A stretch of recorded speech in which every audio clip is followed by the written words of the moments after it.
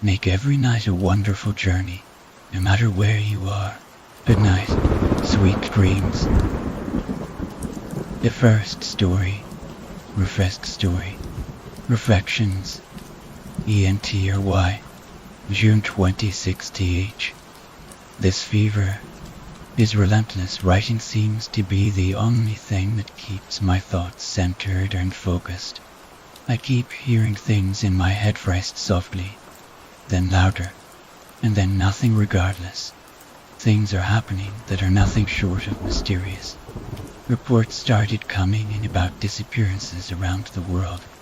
No signs of struggle. First entry, nothing. I'm very skeptical, but I always have been. Everything that has ever happened and will ever happen and will be explained logically. This, I'm sure, will be no different. I'm positive that in a few days, researchers will have an explanation regardless. It's nerve-wracking. I can't keep it off my mind. I haven't left my apartment for 2 days due to this fever, and my only connection to the real world is this old radio the previous owner left in this place. The reporter reads his teleprompter fluidly, but you can hear the subtle shaking in his voice through the crackling radio. He's scared. My prayers go out to those family members affected by these tragic and unsettling events. I'm sure it will be all right.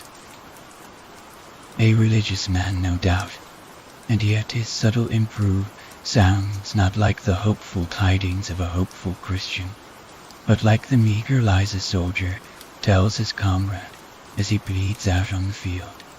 I've changed the station. Debates rage on about possible causes.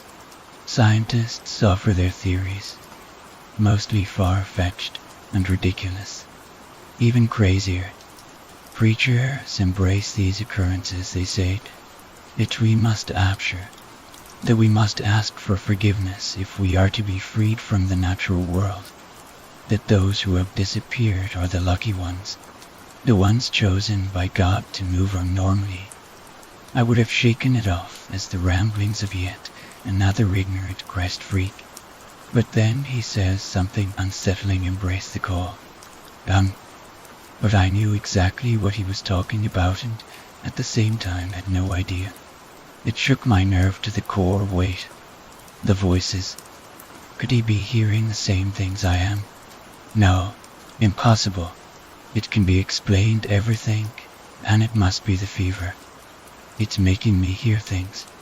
I won't be brainwashed into believing the ramblings of yet another preacher. I'll soon have the answers, just wait.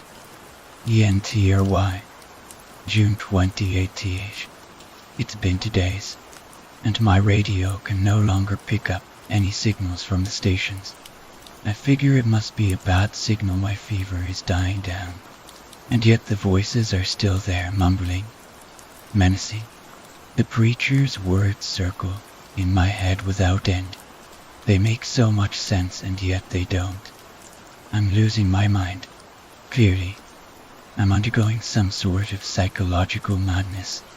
I need to see someone, and yet I can't contact anyone. Nobody is returning calls. Answering the phone, the streets outside my window are empty and dark. I'm losing it.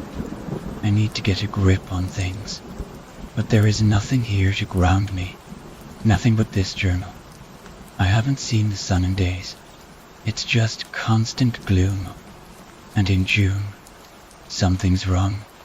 I need medication, but I don't dare leave me house. Every time I approach the door, I feel a presence pushing me away. No, not pushing, pulling towards my restroom. I can't explain it, but I need to go. It can be explained. I know it. A fragment of my imagination, a result of my drifting sanity. And yet it was so real. It was subtle at first, but it became clear. My reflection. It smiled slowly at first, but eventually it grew to the point where I could visibly see a difference between it and I. I was not smiling.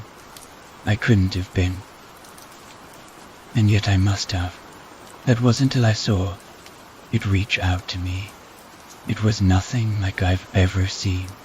For the faintest moment before I darted out of the room and slammed the door, the hand seemed to go through the mirror.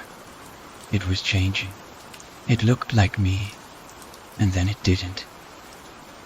Shadows formed along its face and an unexplainable terror filled its aura. What is wrong with me? The voices? They are stronger than ever. I can sort of make it out for the first time, like my vision in the mirror has opened my mind. It's soft, but it's getting louder, more clear embrace. The call come, it was my voice, my reflection calling me, and yet behind it I sense something more menacing than I have ever heard. I have tunnel. I'm not going clearly. There is a connection here. If I go, I might disappear as well. I need to fight. I need to get this out of my head. ENTRY, June 2098. I've destroyed every mirror in my apartment. Everything and anything that causes a reflection. Everything except for the one in the restroom. I dare not go in there. There is some connection between reflections and being taken. I'm not going crazy. I can't be. This is happening. And there is no doubt about it. It continues to call me from the restroom. I've barricaded the door shut. It's trying to find other ways to get in. I can hear it calling me now, all around, trying to get me to go outside to another reflection. I assume the sky is still gloomy, and I haven't seen a soul walk by my window. Could I be the last one alive? What is happening? Is this some sort of attack? Some new form of extinction brought on by an unforeseen foe? I can't take any chances, and yet I can't stay here forever. Eventually I'll run out of food and starve still. I cannot give up now. I have to figure this out. Maybe I can find a way to fight back.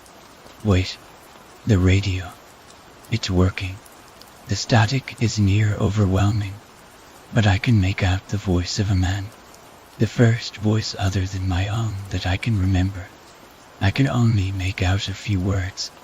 Can anyone me don't follow Zizi? They're trying to their world they're taking over. It's a reflections are not you. I'm going to try to get a better signal. From what I can tell, this man has apparently been researching the subject and is trying to broadcast his findings. Something about another world, just like ours, and I'm not sure what he meant, but without souls. In the reflections, he says that they've always been there, imitating, waiting for the right time, and that time is now. He says they want our world. How do I know it's not just another crazy man preaching his theories? Wait, the radio is coming back on again. Let me try to tune it. No, it's me. It's trying to get to me. I can't let it get me. I have to destroy the radio. ENTRY, June 31 Street. I can't take this anymore. The voices keep calling, and I don't know how much longer I can resist. Is it taking control of my voice? I can't always separate my own thoughts from it. It haunts my every waking moment. It is still gloomy outside. The calm is torture, and yet my will to live is the only thing keeping me from going into that restroom. Even then, I begin to question it. I question my own will to live. I'm running out of food, and I have to do something. It's in there, waiting, calling. No longer is it just in my head. I can physically hear myself inside the restroom. It is there, scratching the door, calling. It got out somehow. The voice is now very different than mine, but it still keeps the same basic qualities. It is deeper, darker, sinister. Before the call was soothing, calming. It pulled me closer, like the song of a siren, but now it's angry. It's frustrated and impatient. I can hear it in its voice. C-O-M-E. C-O-M-E-T-O-M-E. E-M-B-R-A-C. It's C-H-E-C-A-L. It needs me, wants me, and I can't help but want it to my gut. Now urges me to go to it, and only my mind remains to resist the door. Seems farther away somehow, like it's being pulled back into something like some sort of suction. It's beating the door now. Its angry growl, it's me in my very soul. E-N-T or Y, uncertain. I can no longer resist. I've removed the barricade and I'm going to open the door. There is nothing left for me here, and there is nothing I want more. The voice senses me cooperation, and it's no longer angry. It's calm again, soothing embrace the call come. I love you.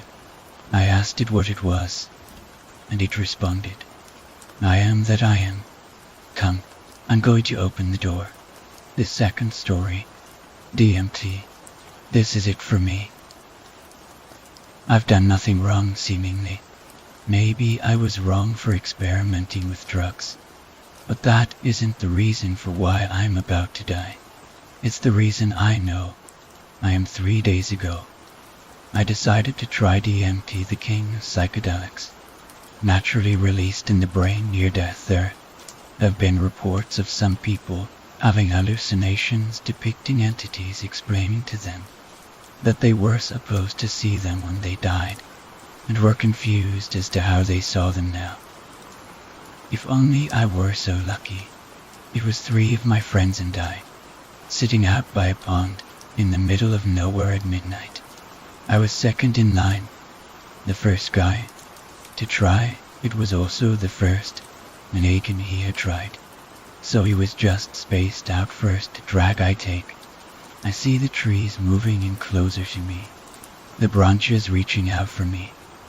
I've always been a fan of freaky shit happening during trips, so I was okay with this. Next hit, I go cosmic.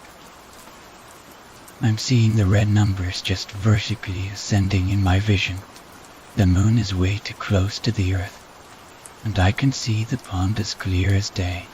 One more hit, and I notice no change in body. Hi, my friends are there, but it seemed like they weren't. Almost as if there were mannequins propped up next to me. That's when it happened. For sets of ripples in the pond. From each of them ascended a body. The 4 of us, 2 of my friends, looked as though they were in their mid-60s. Another looked around 35, but it was obviously them. My body looked exactly the same, of course. I shook it off as a bad trip. A really bad trip. Voices started to speak to me, although it was in a broken language I couldn't understand. I was done with the drug, and we went back to crash for the night. The dreams are what revealed the meaning of all of this for me. I fell asleep fairly peacefully. I remember dreaming about being with my girlfriend at her house, playing some game. It was in third person, and it was like the camera was spinning around but aiming at us. Then the number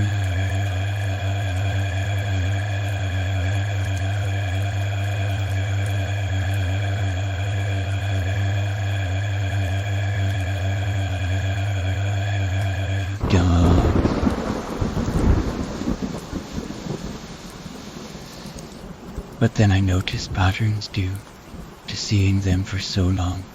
Our expressions started changing, from sad to frustrated to outright anger, as we were yelling at each other.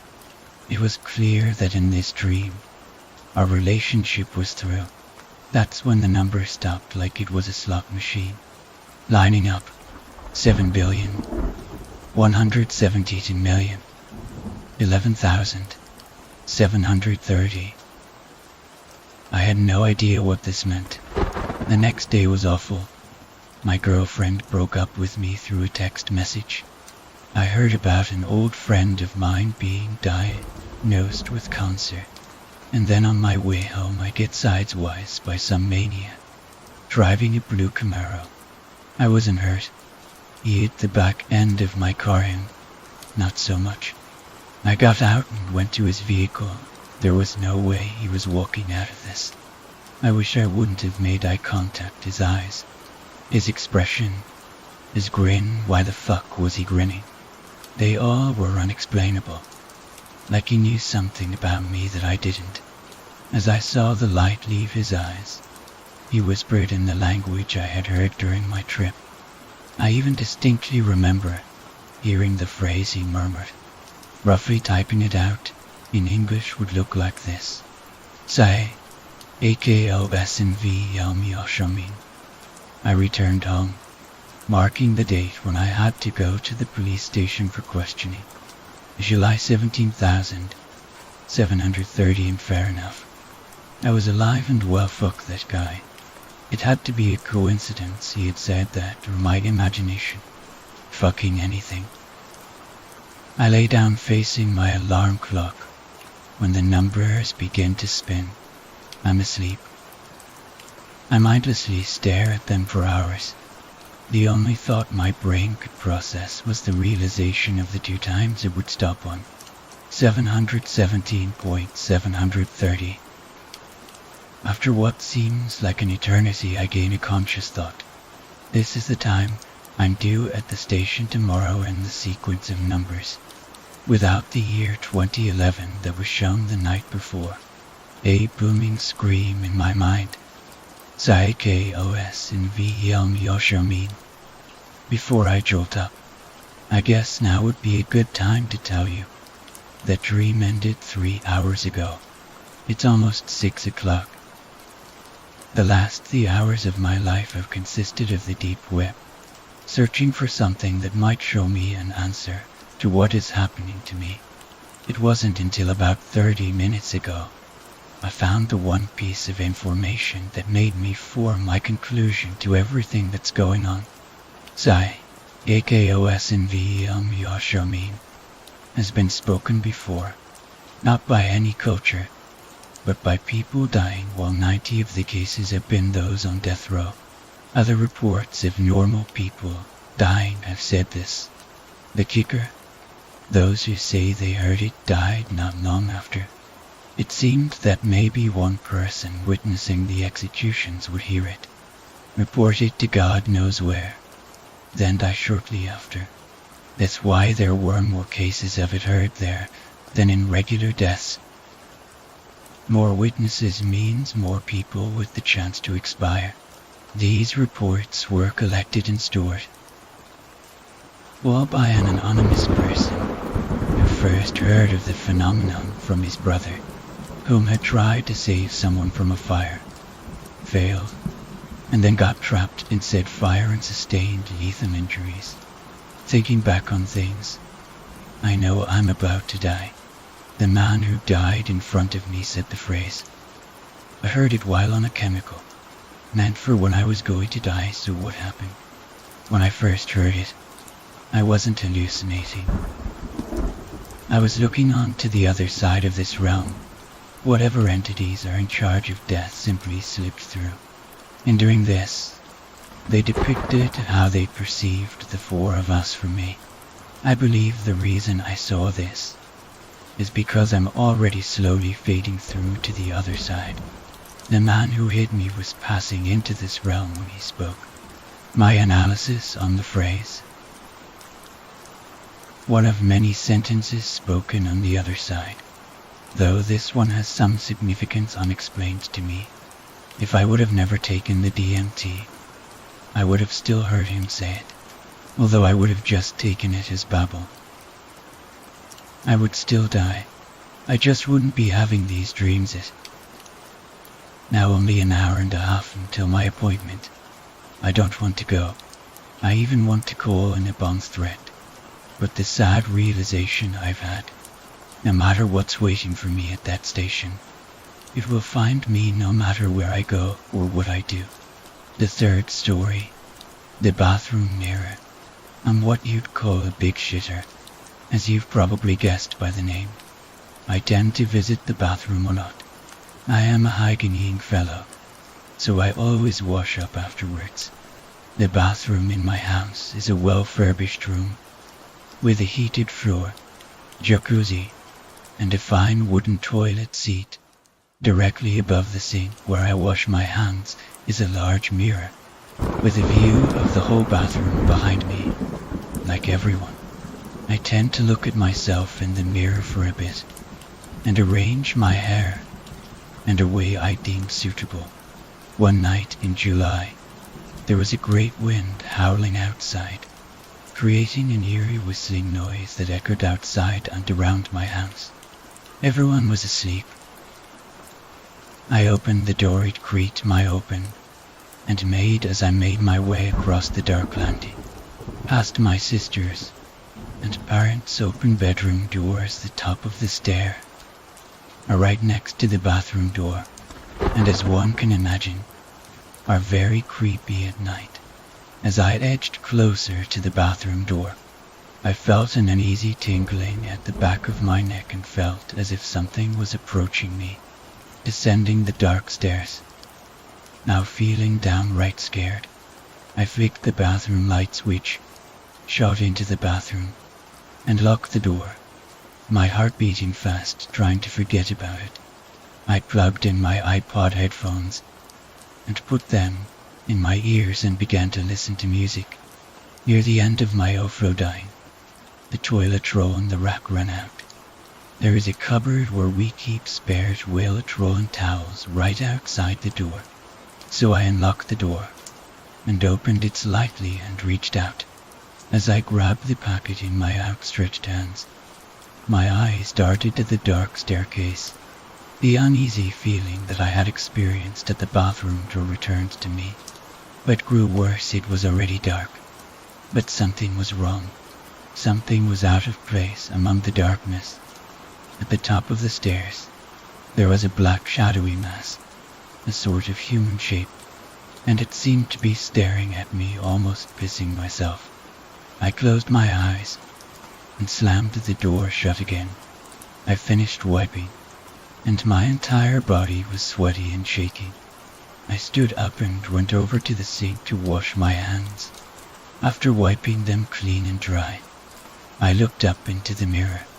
There, in the bath, was a black mass. It was roughly the same shape as the one I had seen on the stairs. Too horrified to turn round, I stood there frozen, not daring to move. The mass slowly rose from the bath into a standing position. Terrified, I closed my eyes. I felt the air temperature drop around me and felt someone breathing on the back of my neck without thinking. I opened my eyes. There, standing right behind me, was an unmistakably human figure with a dripping wet hair, gaunt, sunken eyes, and an eerie smile on its face. I felt its hands brush against my arm, as if it was feeling me. It opened its mouth to reveal a set of rotten, broken yellow teeth, and out of the darkness of its mouth, a tongue emerged, or what appeared to be left of it. It was long, ripped in parts, and a sickly yellow in color with a malicious grin on its face. It moved its head next to mine, and I could almost feel its tongue against my skin. The smell was unbearable. I wanted to throw up without warning. It stuck its tongue straight into my ear. It felt so horrible that nothing could describe it. Everything around me started to go blurry, and I lost all focus. I found myself on the bathroom floor and felt something warm trickling down my head. From the red splatters on the floor, I could tell that I was bleeding. From what I could gather, I must have fainted and hit my head on the edge of the toilet seat. It was still night, as I could still see darkness from under the door, so no one yet knew of my injury. I grabbed a tissue paper and wiped my head, not daring to look back in the mirror. I swiftly flushed the chain and sped back across the hallway. To my door now, my bedroom door is really hard to open from the outside. as the handle is really stiff because of this. I never close it from the outside. When I got to my door, I realized to my horror that it was closed. Then I got the feeling again the stairs were creaking, as if someone was walking up them slowly. I turned around and saw the figure again. Now panicking with fear, I desperately scrambled to open my door, but my hands were too sweaty and shaky to open them. The figure was on the landing now, approaching me. I could hear it making a heavy breathing noise that seemed to get faster as it got closer to me. Suddenly my hand slipped on the handle and opened the door, so I ran inside and in under my covers for the remainder of the night. I refused to use the bathroom at all after that incident, and rarely left my room. My family tried to talk to me about it, but I refused to divulge the events of the past night. Eventually, due to my lack of eating and using the bathroom, I picked up an illness and was admitted to hospital for treatment. I was placed with a bunch of other people, all who were sleeping in their beds. One patient, however, caught my eye. They had long hair that looked damp and bedraggled, and gaunt sunken eyes. It turned its head and looked at me, putting on an evil smile. Remembering the events of the bathroom, I pulled my cover over my head and tried to sleep. I slept badly that night, but nevertheless, I finally managed to drift to sleep. The next morning, when the nurse was bringing me breakfast, I asked her who the patient in the bed was that had been looking at me. The nurse gave me a puzzled look and told me that there had been no one in that bed, and people tended to avoid it when I asked her why.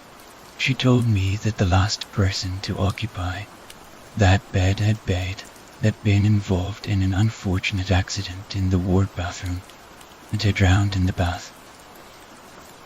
Realizing that the figure I had seen in my house and the one in the hospital were the same, my throat sunk. Was I really seeing a dead person? And what did it want with me? After not visiting the bathroom for such a long time, I really had to go. I walked down the empty, dark hallway at the end of the ward to the bathroom, and went in. There was the bath that the figure had drowned in, right next to the toilet. I felt very uneasy as I sat down and did my business, and breathed a sigh of relief when I had finished wiping.